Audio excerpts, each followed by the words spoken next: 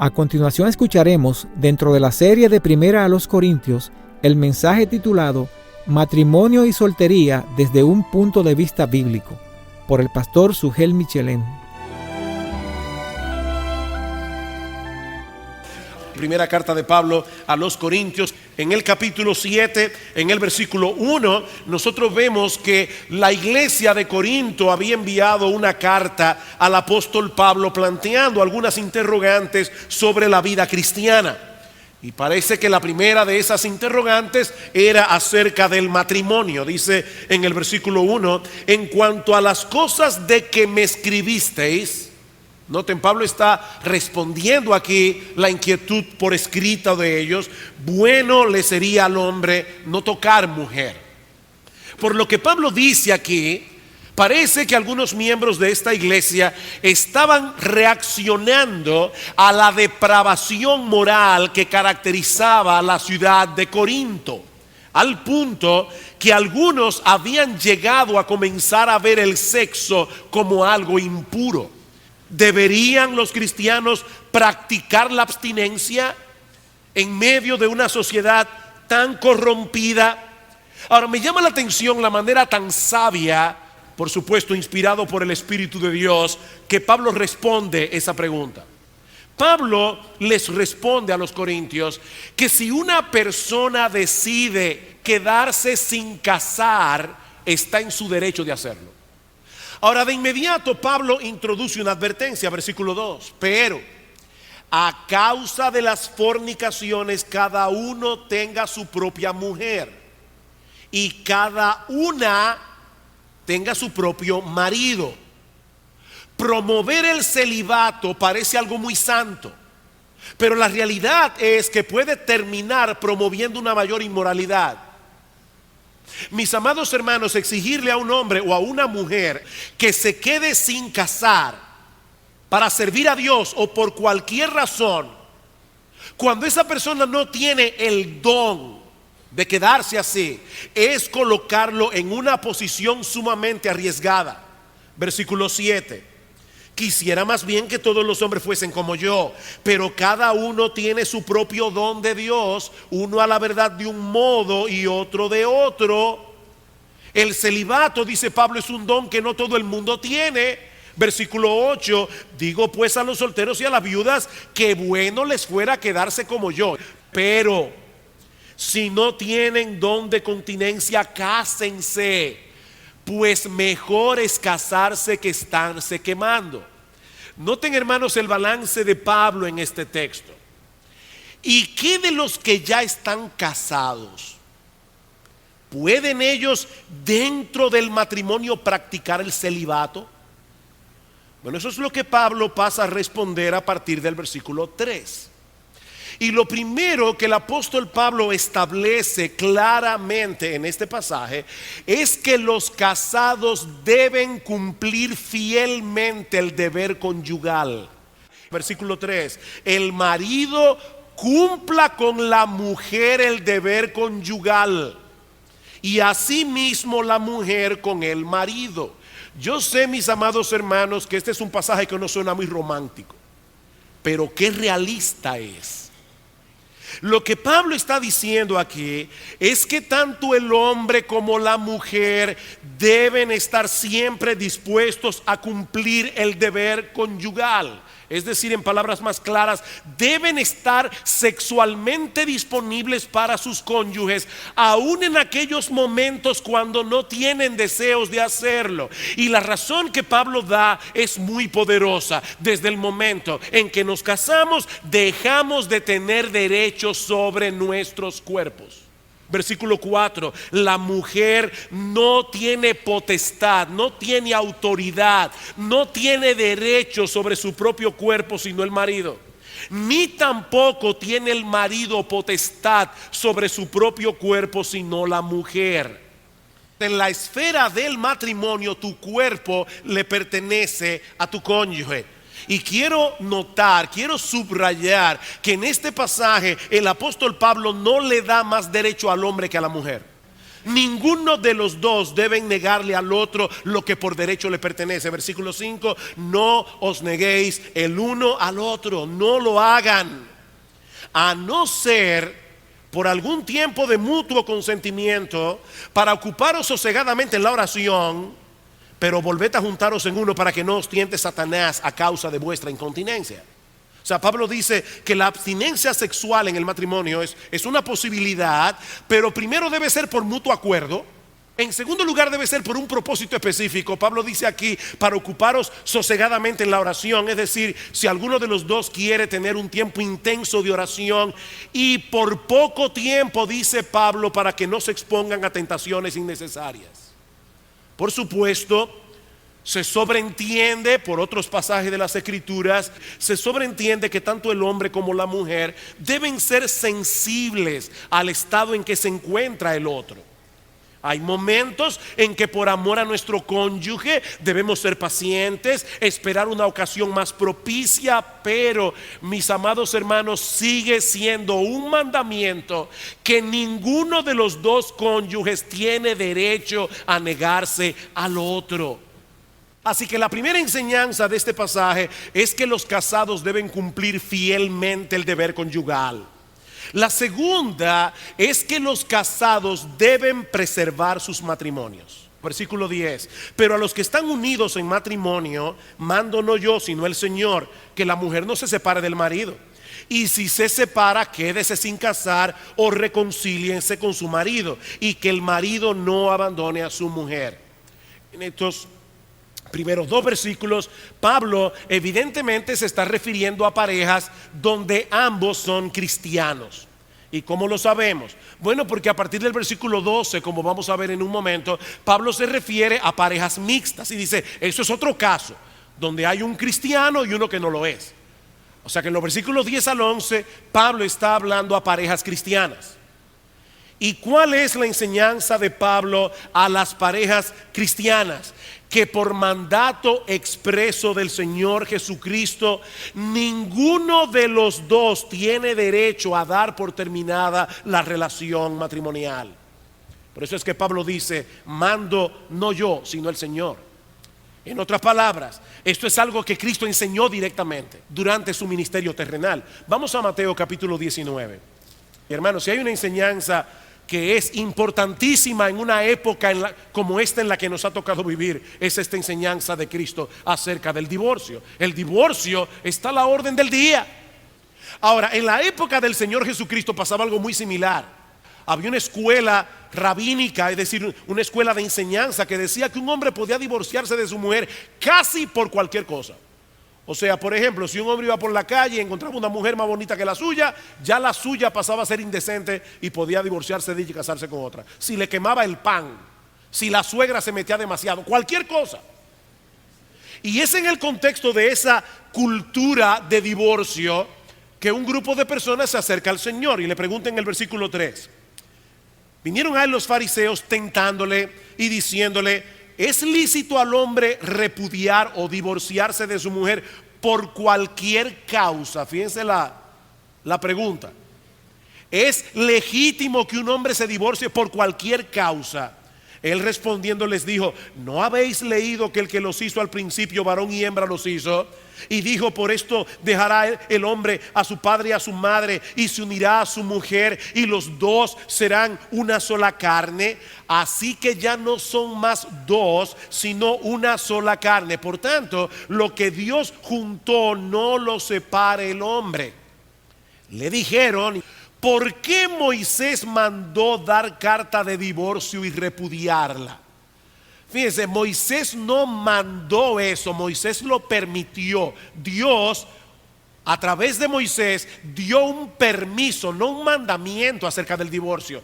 Dice en el versículo 8, Él les dijo, por la dureza de vuestros corazones, Moisés os permitió repudiar a vuestras mujeres, mas al principio no fue así. Y yo os digo que cualquiera que repudia a su mujer, salvo por causa de fornicación, y se casa con otra, adultera, y el que se casa con la repudiada, adultera. ¿Qué es lo que el Señor está enseñando aquí? Bueno, básicamente que la unión matrimonial no puede ser disuelta por el hombre. La unión matrimonial no puede ser disuelta por el hombre. ¿Saben por qué? Porque no es el hombre que la produce. ¿Qué dice en el versículo 6? Así que no son ya más dos, sino una sola carne. Por tanto, lo que Dios juntó, no lo separa el hombre. ¿Quién es el que hace que a través del vínculo del matrimonio un hombre y una mujer vengan a ser una sola carne? Dios lo hace. Dios lo hace. Dios es el autor del matrimonio. Y por lo tanto, un hombre y una mujer que se unen el uno al otro por medio del vínculo matrimonial no pueden disolver ese vínculo de ninguna manera. Ningún juez terrenal puede disolver lo que Dios ha unido. Excepto, dice el Señor, si la causa del divorcio es fornicación. Es decir, excepto si es por causa de adulterio. El adulterio es un pecado que atenta contra la esencia misma del matrimonio. Y es por eso que Dios le ha dado al cónyuge inocente la potestad de divorciarse si así lo desea. Y es a esa enseñanza de Cristo que Pablo hace referencia en 1 Corintios 7. Por ahí se dice: mando no yo sino el Señor, que la mujer no se separe del marido. Por supuesto, Pablo no está tratando en 1 Corintios 7 el divorcio por adulterio, porque ese no es su tema. O sea, Pablo no está hablando de ese tema. Recuerden, hermanos, que él está respondiendo a las inquietudes de los corintios en la carta que le enviaron. ¿Es correcto que ahora yo, que estoy casado, decida divorciarme de mi esposa para vivir una vida más santa? Pablo dice: no, eso no sería más santo. Eso sería violentar la enseñanza de nuestro Señor Jesucristo. Ahora bien, si a pesar de la clara enseñanza de Cristo al respecto, el cristiano decide separarse, si a pesar de lo que Cristo enseñó, un cristiano decide separarse de su cónyuge cristiano, que se quede sin casar, o que se reconcilie con su esposa o su esposo, porque Dios no ha puesto su sello de aprobación en ese divorcio. Esas dos personas siguen casadas. ¿Y qué de los que están casados con cónyuges inconversos? Ese es el tema de los versículos 12 y 13 de 1 Corintios 7. Y a los demás yo digo, no el Señor. De paso, Pablo no está diciendo: esto que yo voy a decir ahora es una opinión personal, esto no es inspirado. No. Lo que Pablo está diciendo es que el Señor Jesucristo no trató con ese caso directamente. Eso no fue algo de lo que Cristo habló. Y ahora Pablo está trayendo una nueva revelación. Pero Pablo estaba consciente de su inspiración divina. Y habiendo aclarado eso, Pablo dice: a los demás, es decir, aquellos que tienen matrimonios mixtos, cristianos casados con no cristianos, digo yo, no el Señor, si algún hermano tiene mujer que no sea creyente y ella consiente en vivir con él, no la abandone. Y si una mujer tiene marido que no sea creyente y él consiente en vivir con ella, dice Pablo, no la abandone. Versículo 14: el marido incrédulo es santificado en la mujer, y la mujer incrédula en el marido. Pues de otra manera vuestros hijos serían inmundos, mientras que ahora son santos. Pastor, ¿y qué significa eso? Bueno, significa sencillamente que el hecho de que haya un cristiano en el hogar lo santifica. No en el sentido de que el cónyuge inconverso o los hijos automáticamente van a ser salvos por causa del creyente, no. La idea es que la bendición del Señor está sobre esa casa por causa de que hay un hijo suyo ahí. Aparte de que Dios puede usar al cristiano en esa relación como instrumento de salvación para el cónyuge incrédulo. Versículo 16: porque ¿qué sabes tú, oh mujer, si quizás harás salvo a tu marido? ¿O qué sabes tú, oh marido, si quizás harás salva a tu mujer? Ven claramente que el cónyuge inconverso no se salva automáticamente por tener una esposa cristiana, porque Pablo está diciendo: tal vez Dios te use como un instrumento para que tu esposo sea salvo, lo que quiere decir que no lo es. Ahora, ¿qué pasa si es el incrédulo el que no quiere seguir viviendo con el cristiano? Versículo 15: Pero si el incrédulo se separa, sepárese. O sea, si es el incrédulo el que pone el divorcio, Pablo le dice aquí, acepta el divorcio. Pues no está el hermano o la hermana sujeta a servidumbre, es decir, a la ligazón del matrimonio en semejante caso, sino que a paz nos llamó Dios. Un creyente no debe propiciar el divorcio por el hecho de que su cónyuge sea inconverso. Pero si ese inconverso es el que ya no desea vivir con el creyente por causa de su fe, entonces el creyente no tiene más opción que aceptarle el divorcio. Y Pablo dice, a paz nos llamó Dios. Y óyeme bien, si eso pasa, tú estás en libertad de casarte otra vez, porque el divorcio rompe por completo el vínculo matrimonial. Así que la Biblia solo da dos causas para el divorcio, dos y solo dos: divorcio por causa de adulterio o divorcio por causa de deserción de parte del cónyuge incrédulo. No hay más opción. De manera que hemos visto dos enseñanzas que se derivan de este texto.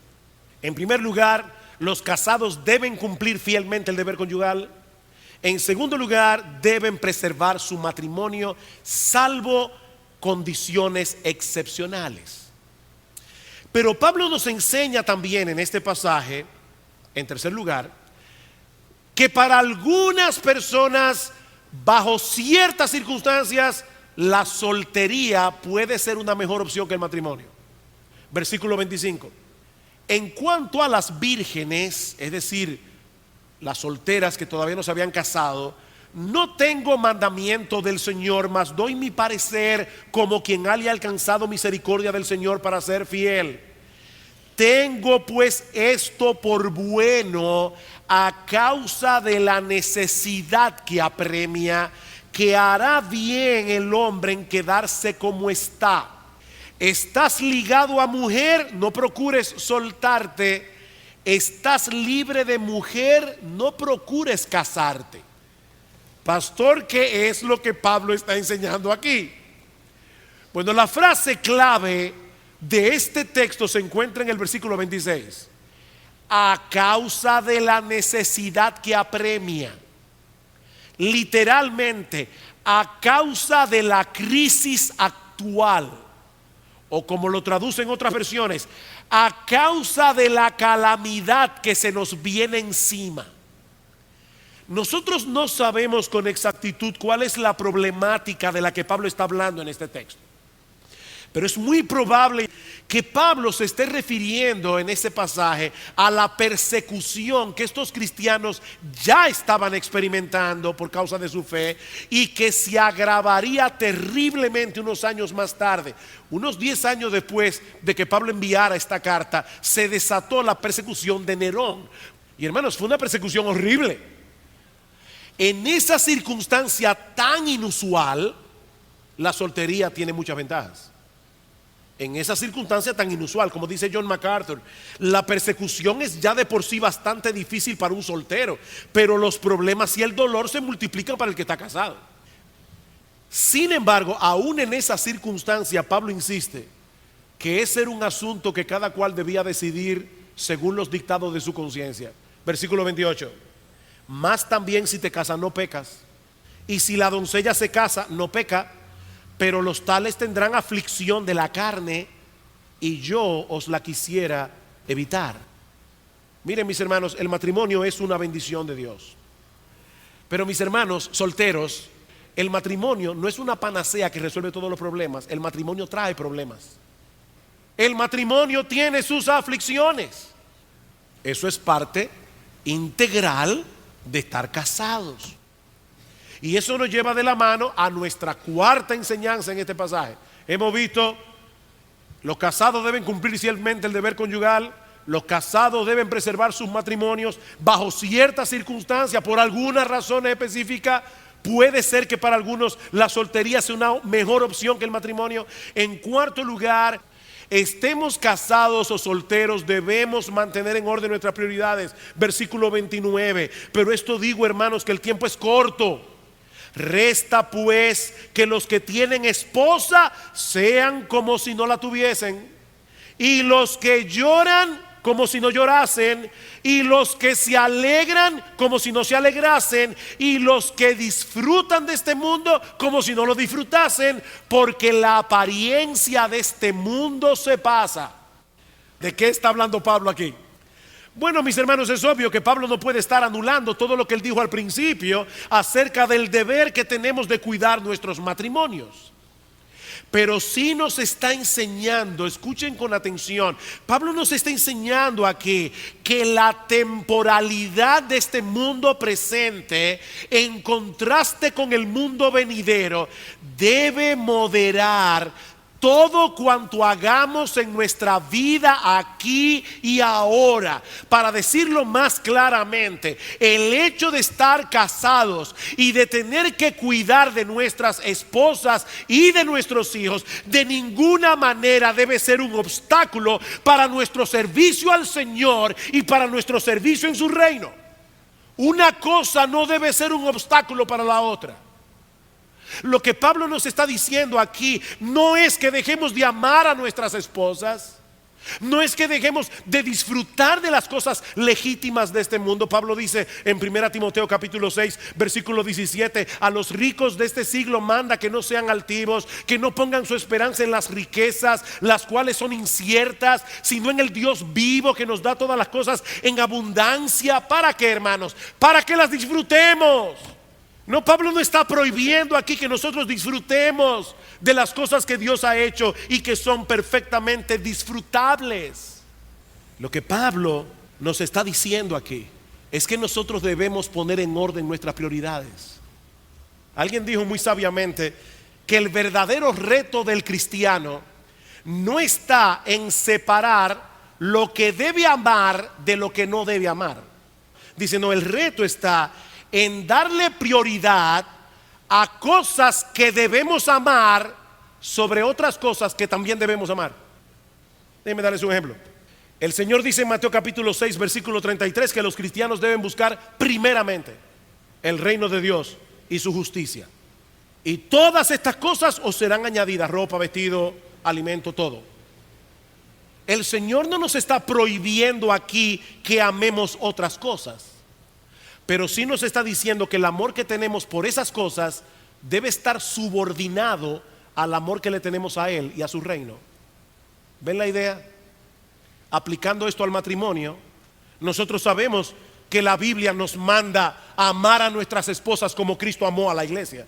Pero de acuerdo a lo que Pablo está diciendo aquí, jamás podemos permitir que el amor a nuestras esposas esté por encima de nuestro amor a Dios y nuestro amor por su reino. El peligro entonces, oigan bien, maridos, el peligro no es que amemos demasiado a nuestras esposas. Miren, si el mandato de la Biblia es que amemos a nuestras esposas como Cristo amó a la iglesia, aquí no hay un solo esposo que ame demasiado a su esposa, porque el estándar es el amor de Cristo por su iglesia. No, el peligro no es que amemos demasiado a nuestras esposas. El peligro es que amemos menos a Dios. Ese es el peligro. No existe ningún tope límite en cuanto a lo mucho que estamos llamados a amar a nuestras esposas, pero siempre estamos llamados a amar más a Dios y a ponerle a Él primero. Y eso no solo se aplica a los casados, eso se aplica también a los solteros. Versículo 32: quisiera pues que estuvieseis sin congojas. El soltero tiene cuidado de las cosas del Señor, de cómo agradar al Señor, pero el casado tiene cuidado de las cosas del mundo, de cómo agradar a su mujer. Hay asimismo diferencia entre la casada y la doncella o la soltera. La doncella tiene cuidado de las cosas del Señor para ser santa, así en cuerpo como en espíritu, pero la casada tiene cuidado de las cosas del mundo, de cómo agradar a su marido. Solteros, escuchen lo que Pablo está diciendo aquí. Nosotros los casados tenemos que saber manejar esa tensión entre tener que cuidar de nuestros matrimonios sin descuidar al mismo tiempo nuestra devoción a Dios y nuestra utilidad en el reino. Pero ustedes no tienen ese problema. ¿Saben lo que eso significa? Eso significa que si tú eres de los que piensas que cuando encuentres esposo o cuando encuentres esposa, entonces por fin tranquilamente vas a poder dedicarte a servirle al Señor, estás completamente equivocado. Estás completamente equivocado.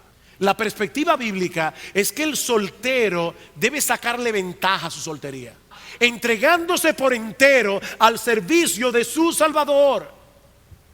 Querido hermano soltero, querida hermana soltera, haz un buen uso de tu soltería para la gloria de Dios. Mis amados hermanos solteros, casados, nosotros solo tenemos una vida que debemos vivir para la gloria de nuestro Salvador. Y hay una última enseñanza, y es que nuestra verdadera identidad no la determinan nuestras circunstancias externas, sino nuestra relación con el Señor Jesucristo. Versículo 17, dice Pablo: pero cada uno como el Señor les repartió y como Dios llamó a cada uno, así haga. Esto ordeno en todas las iglesias. Fue llamado a algunos siendo circunciso, es decir, siendo judío de raza, quédese circunciso. Fue llamado a algunos siendo incircunciso, es decir, no judío, no se circuncide. La circuncisión nada es, la incircuncisión nada es, sino el guardar los mandamientos del Señor. Cada uno en el estado en que fue llamado, en él se quede. Fuiste llamado siendo esclavo, no te dé cuidado, pero también si puedes hacerte libre, procúralo más. Porque el que en el Señor fue llamado siendo esclavo, liberto es del Señor. Asimismo el que fue llamado siendo libre, esclavo es de Cristo. Por precio fuisteis comprados, no os hagáis esclavos de los hombres. Cada uno, hermanos, en el estado en que fue llamado, así permanezca para con Dios. ¿De qué está hablando Pablo aquí? Muy sencillo. En el tiempo del apóstol Pablo, los judíos eran menospreciados por los gentiles. Al mismo tiempo, los judíos veían a los gentiles como personas inmundas. De la misma manera, un gran segmento de la población era esclava.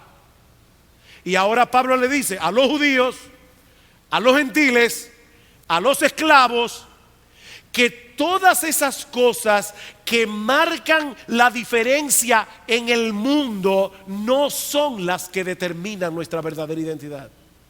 ¿Qué es entonces lo que nos define? La relación que tenemos con Cristo. Tú eres cristiano. Oh, que el Señor nos conceda vivir a la altura de lo que somos, como posesión exclusiva de Cristo, independientemente de las circunstancias en que nos encontremos.